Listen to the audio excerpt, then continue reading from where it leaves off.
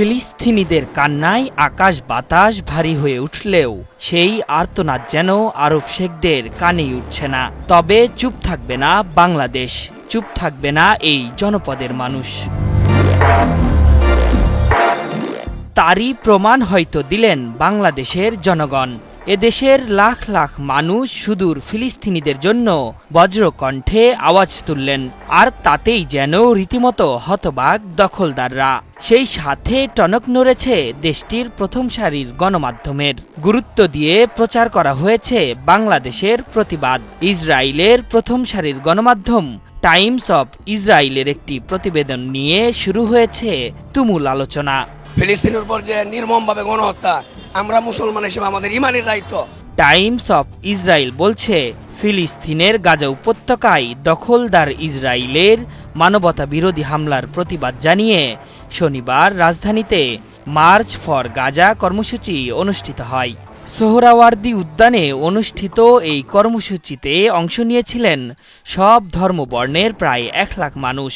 তাদের অংশগ্রহণে ঢাকা বিশ্ববিদ্যালয় এলাকা ও সোহরাওয়ার্দী উদ্যান পরিণত হয় জনসমুদ্রে। এ সময় শত শত ফিলিস্তিনি পতাকা হাতে অংশগ্রহণকারীদের কণ্ঠে ওয়ালটন আবারও মিলিয়নিয়ার অফারে ওয়ালটন ফ্রিজ কিনে আপনিও হয়ে যেতে পারেন মিলিয়নিয়ার। স্লোগান ওঠে, ফ্রি ফ্রি প্যালেস্টাইন।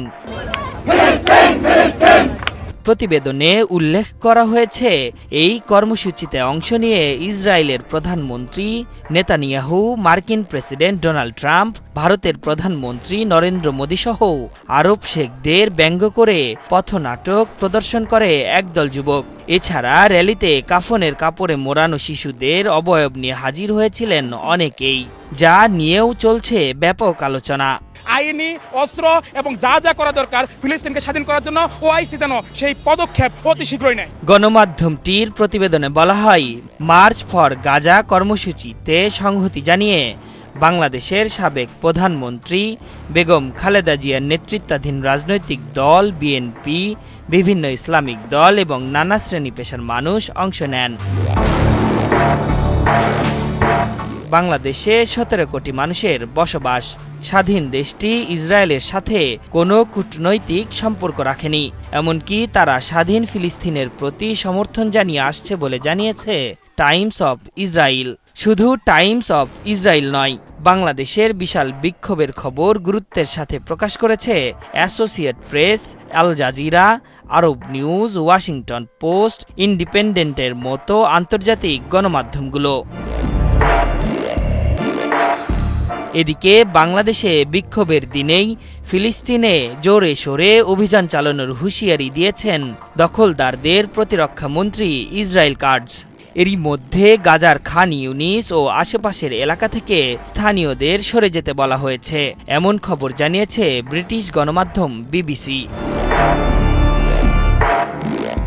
কাটজ বলেছে, গাজার বেশিরভাগ এলাকা জুড়ে সেনাবাহিনীর হামলা জোরে সোরে আরও বাড়াবে।